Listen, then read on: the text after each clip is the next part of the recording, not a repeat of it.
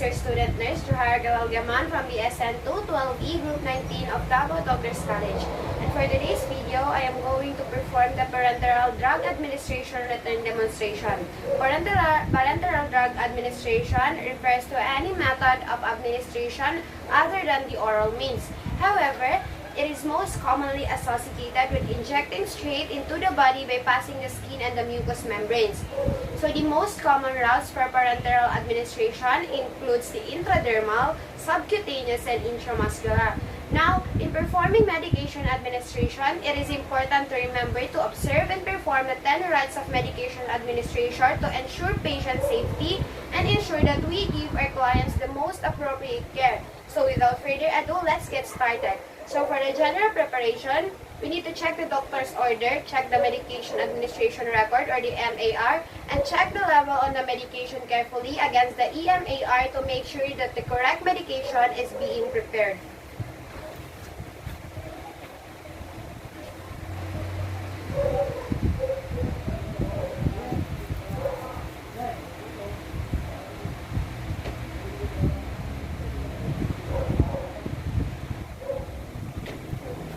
And then follow the 3 checks for administering medication. Read the label on the medication when it is taken from the medication cart, before withdrawing the medication, and after withdrawing the medication. This is to make sure that the correct medication is being prepared.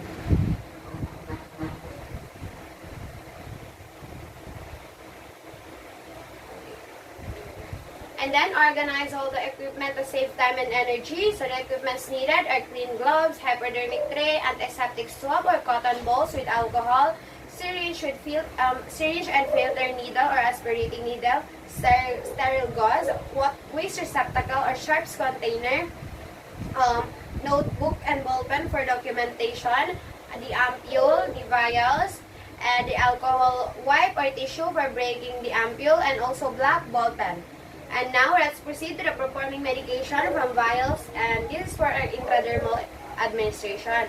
First thing to do is to check the MAR and the EMAR, which we have done earlier, and then perform hand hygiene and observe other appropriate infection prevention procedures. This is to deter the spread of microorganisms. And then next is prepare the medication vial for drug withdrawal.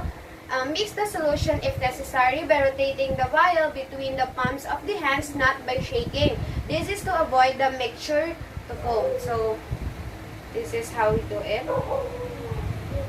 And then next is to remove the cup and clean the rubber cap of the previously open vial with an antiseptic swipe by rubbing it in a circular motion.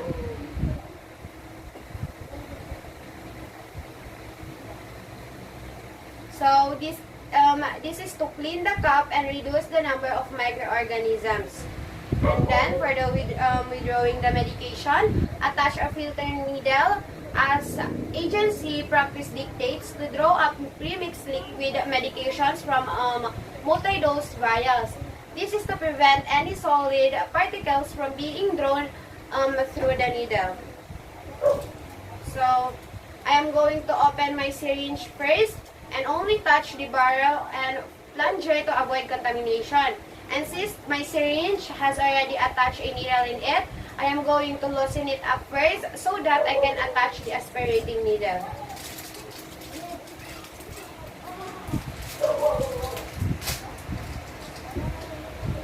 And then next is I am going to open my aspirating needle, and then after that I'm going to attach my syringe in it.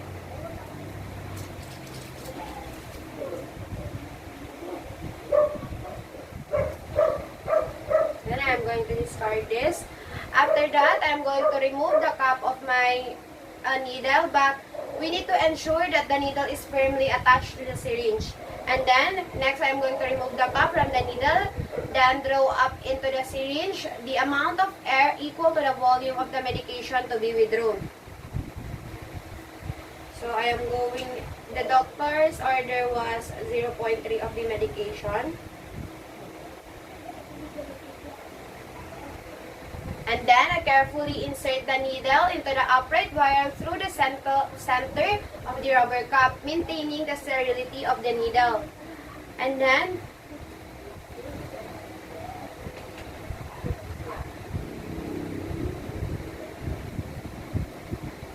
we need to inject the air into the vial, keeping the bevel of the needle above the surface of the medication to avoid creating bubbles in the medication. And then we have to withdraw the prescribed amount of medication using either of the following method. First one is holds the vial down, the base lower than the top, and move the needle tip so that it is below the fluid level and withdraw the medication.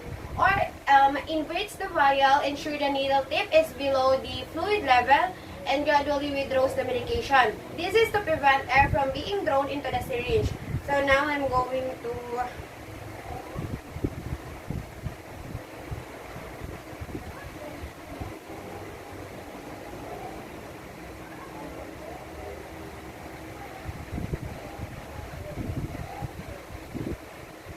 and then if there is a bubble, we need to flick the barrel.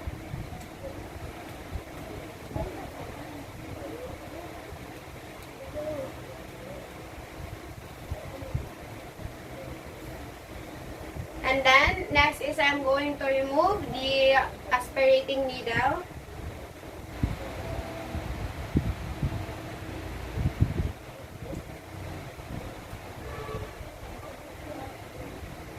And then discard it, and I am going to put the correct size of needle in our tuberculin syringe.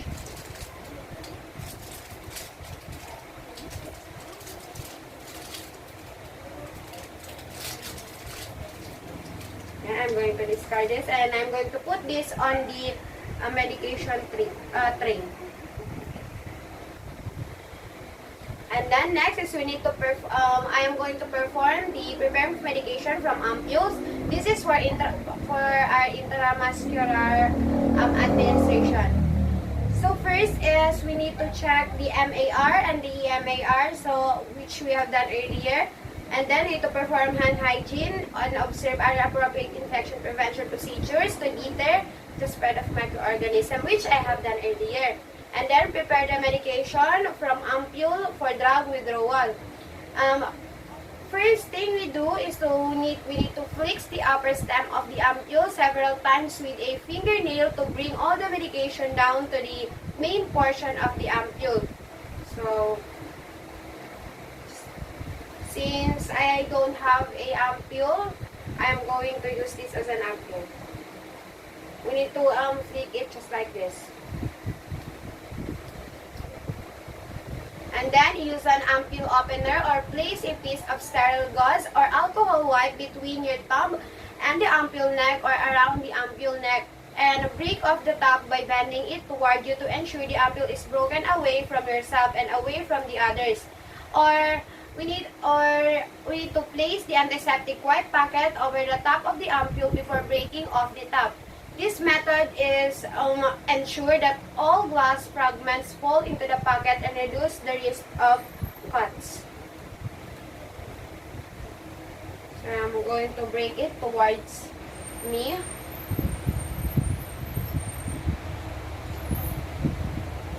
Then I am going to discard this. And then I'm going to place the ampule on a flat surface. And then next is I am going to open my 5cc gauge 23 syringe.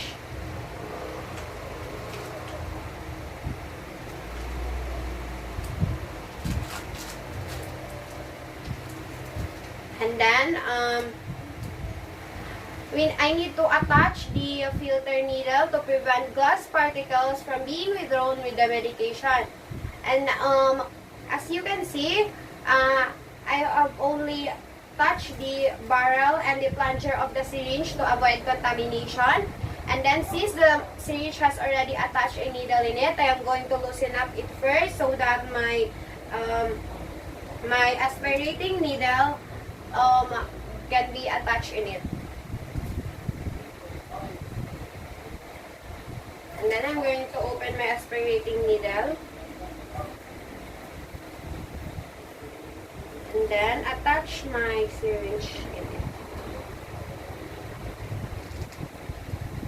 So we need to ensure that we attach the needle firmly.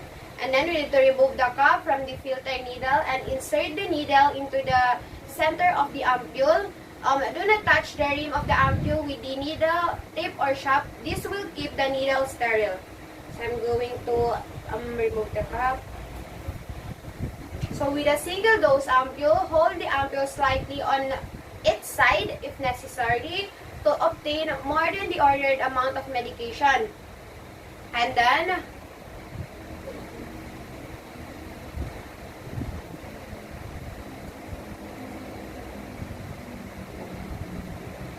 we're going to have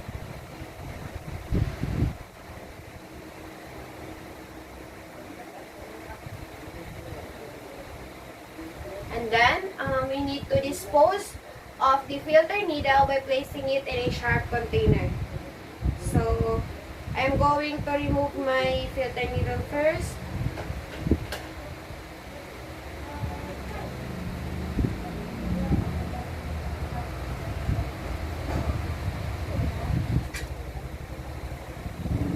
And then attach the correct size of needle in our 5cc 23 gauge syringe.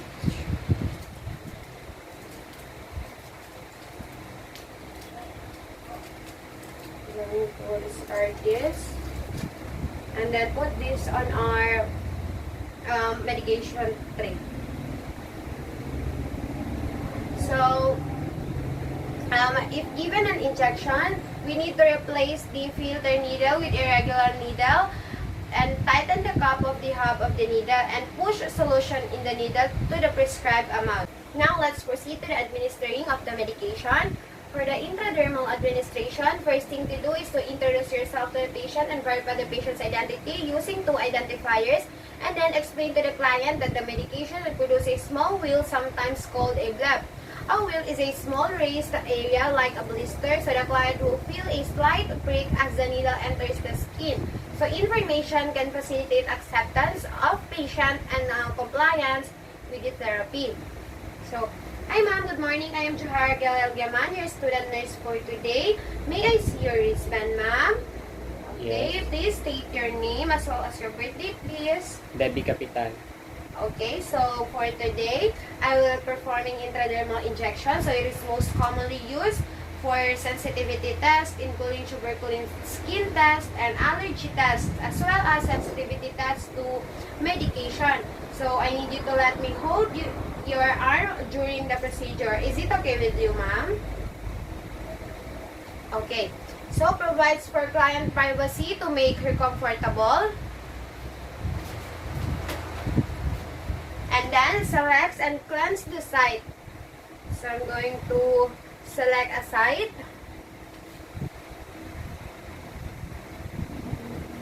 Apply gloves as indicated by agency policy. Cleanse the skin at the site using a firm circular motion, starting at the center and widening the circle outward. Allow the area to dry thoroughly. I'm going to put my gloves first.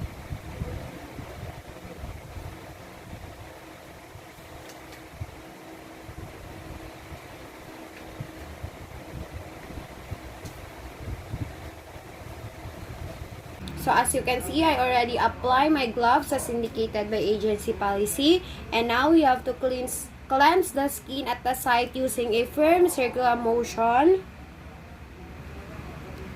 So, right here at the, starting at the center and widening the circle outward. Then we just discard this. So, next is we need to allow the area to dry thoroughly. And we need to prepare the syringe for the injection and removes the needle cap while waiting for the antiseptic to dry. And then expels any air bubbles from the syringe. So, Small bubbles that adhere to the plunger are of no consequence, so a small amount of air will not harm the tissues. And then, grasp the syringe in your dominant hand close to the hub, holding it between thumb and forefinger.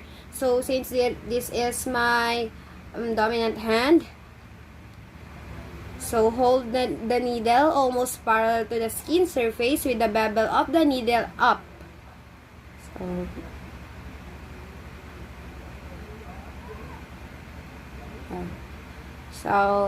This is to prevent the medication in entering the subcutaneous tissue. And the next is injects the fluid with the non-dominant hand. Pull the skin at the site until it is taut. So now we are going to grasp the client's dorsal forearm and gently pull it to tighten the ventral central skin. This is to allow for the easier entry of the needle and less discomfort for the client. And then now we need to insert the tip of the needle far enough to place the bevel through the epidermis into the dermis. So it's like this. We need to inject it.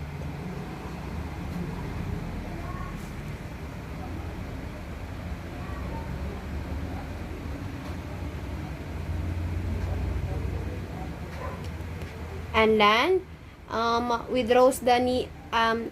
we need to stabilize the syringe and needle and then inject the medication carefully and slowly so that it will produces a small wheal on the skin.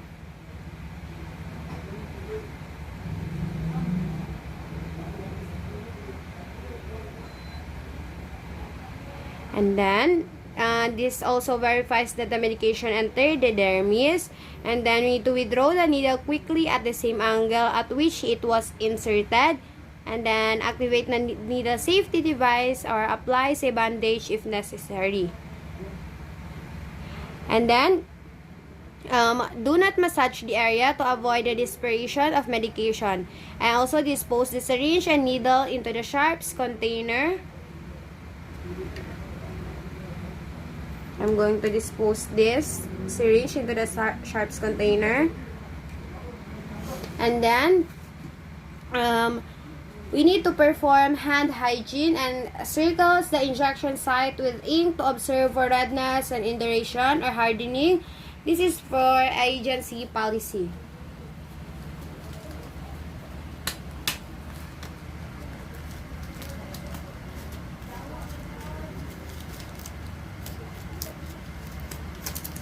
So now I am going to circle the site where I inject.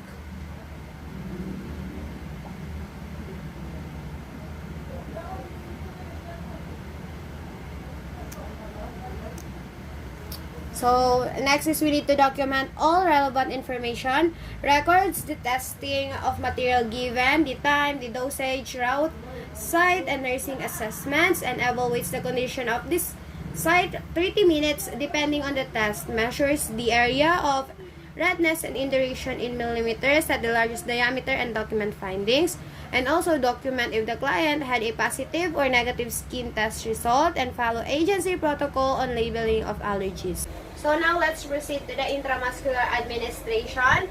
So first is we need to perform hand hygiene, prepares the medication from the ampule or vial for drug withdrawal and provides for client privacy, prepares the client prior to performing the procedure, introduce yourself to the patient and verify the client's identity using agency protocol to ensure that you have the right patient, which I have done earlier.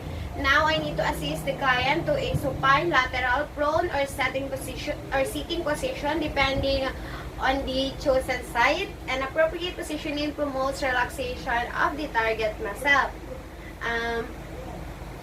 Now ma'am, I am going to assist you in a supine position. So, obtain assistance in holding an uncooperative client. So, since my client is cooperative, then we do not need to do that. and then explains the purpose of the medication and how it will help using language that the client can understand, include relevant information about effects of the medication. So, hi ma'am. Now ma'am, I will be proceeding to the intramuscular administration ma'am. I will be injecting the cortisone will help you with your tendonitis. So, then ma'am, I will be injecting you in your shoulder. Is it okay with you ma'am? So, select, locate, and cleanse the site. So, select a site or a site free of skin lesions, tenderness, swelling, hardness, or localized inflammation, and one that has not been used frequently. So, if injections are to be frequent, alternate sites, avoid using the same site twice in a row. So now I'm going to locate the exact site for the injection. So now I'm going to apply clean gloves to avoid contamination. So now I already have my clean gloves, and then next thing to do is to cleanse the site with an antiseptic swab using a circular motion. Start at the center and move outward about 5 centimeters. Just like this. And then I am going to discard this. And then now, transfers and hold the swab between the third and fourth fingers of your non-dominant hand in readiness for needle withdrawal, or position the swab on a client's skin above the intended site, just like this. So, now I have to prepare the syringe for injection.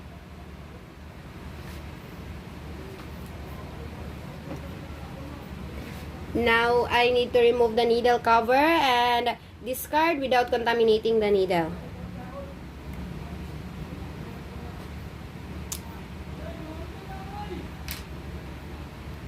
And then, if using a pre-filled unit dose medication, take a caution to avoid dripping medication on the needle prior to injection. So if this does occur, wipe the medication of the needle with a sterile gauze. Then now injects the medication using the Z-Trock technique. So uses the ulnar side of the non-dominant hand to pull the skin approximately 2.5 cm or 1 inches. This is 1 inches to the side. So under some circumstances, such as for emaciated client for an infant, the muscle may be pinched.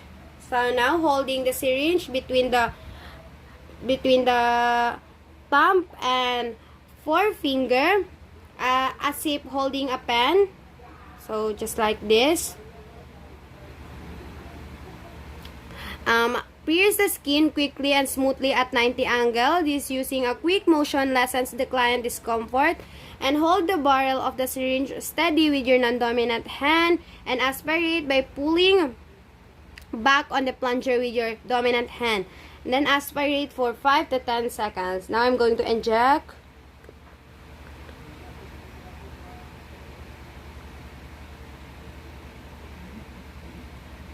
And then I'm going to hold this on my non-dominant hand.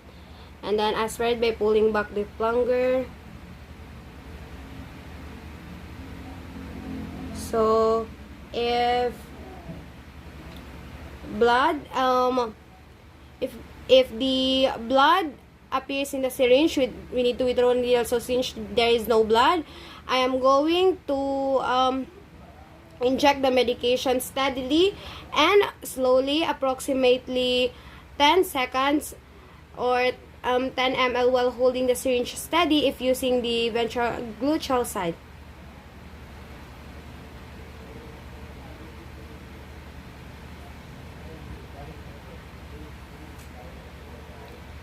And then after injection, wait 10 seconds if using the this side, and then waiting permits the medication to disperse into the muscle tissue, thus decreasing the client's discomfort. And then after 10 seconds, we need to withdraw the needle withdraw the needle smoothly at the same angle of insertion. This is minimizes tissue injury. So now I am going to withdraw the tissue. The syringe, I mean.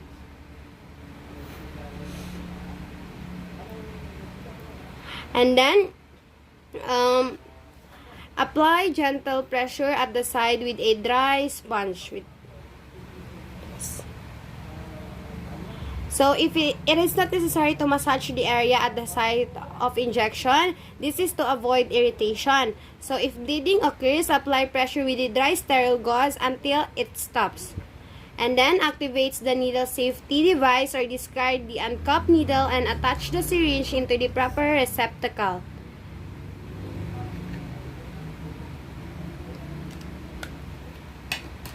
And then, remove and discard gloves and perform hand hygiene. Now, document all relevant information, the time of administration, drug name, dose, routes, and the client's reactions. And then,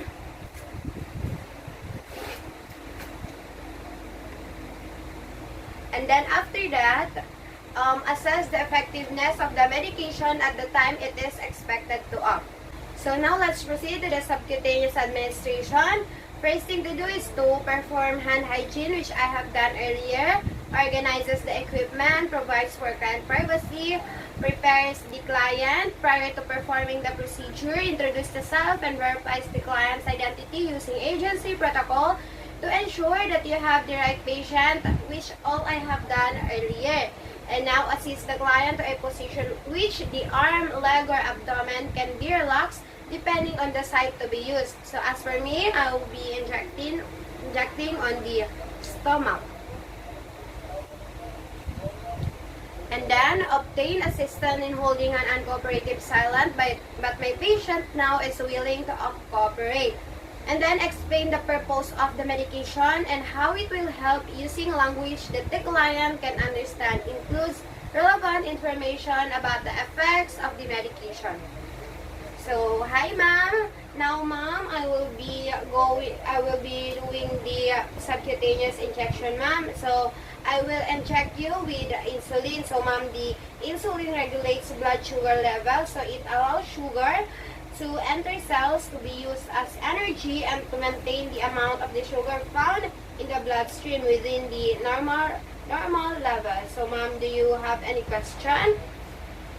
Okay, so is it okay with you, ma'am? I'm going to inject you in the your stomach area, ma'am. Okay. So, select and clean the site.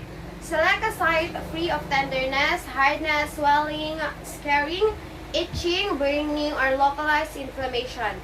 Select a site that has been used frequently to prevent discomfort. So, as for me, I'm going to inject here in the patient's abdomen. And then apply clean gloves to prevent contamination.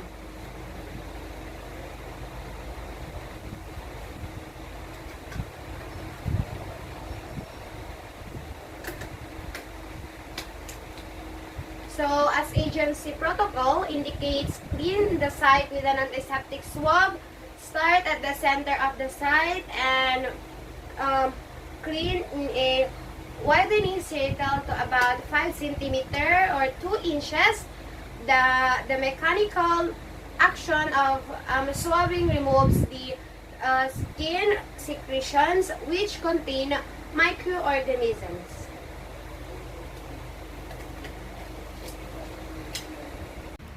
So now I'm going to cleanse the side with an antiseptic swab. Start at the center of the site and clean a widening circle about 5 cm. And then you need to allow the area to dry thoroughly. And I'll place and hold the swab between the third and fourth finger of the non-dominant hand.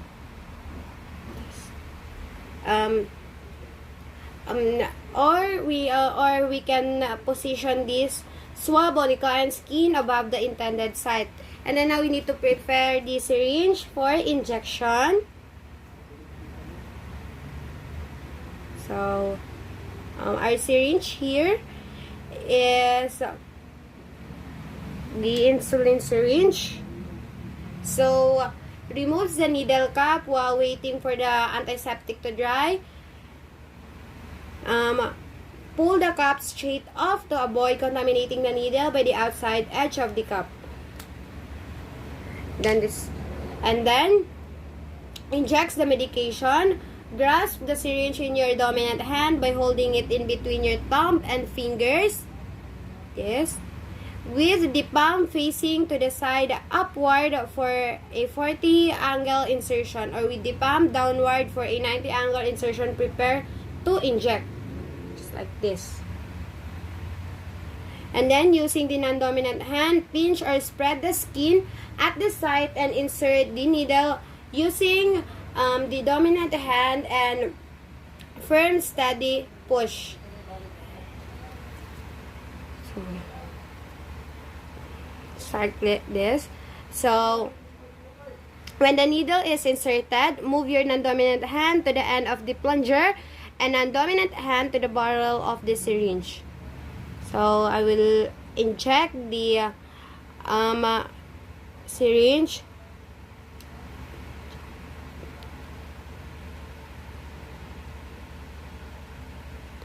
And then, inject the medication by holding the syringe steady and depressing the plunger with a slow, even pressure. So, my dominant hand is here in the barrel, and my dominant hand is here. So, I'm going to inject the medication with a slow, even pressure.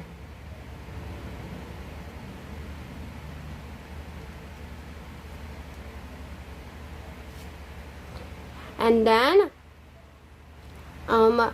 removes the needle smoothly, pulling along the line of insertion while depressing the skin with your non-dominant hand. This minimizes the client's discomfort when the needle is withdrawn. And then, if bleeding occurs, apply pressure to the site with dry sterile gauze until it stops.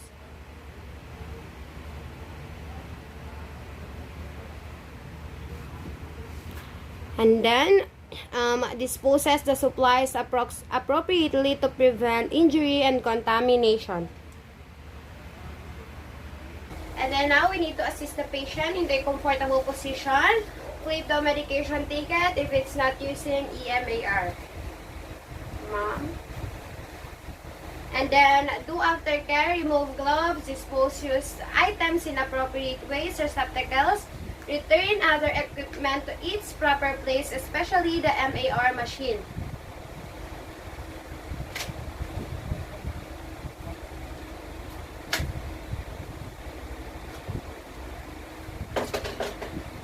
And then perform hand hygiene. So assess the effectiveness of the medication at the time it is expected to act. And documents all relevant information. Many agencies prefer that medication administration be recorded on the medication record.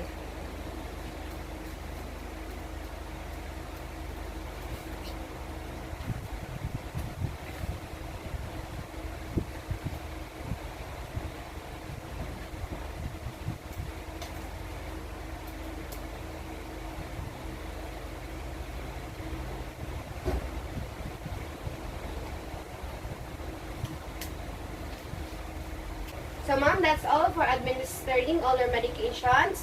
Now, ma'am, I'm going back to the nurse station, and if you need anything, just press the call button so that I can attend your needs.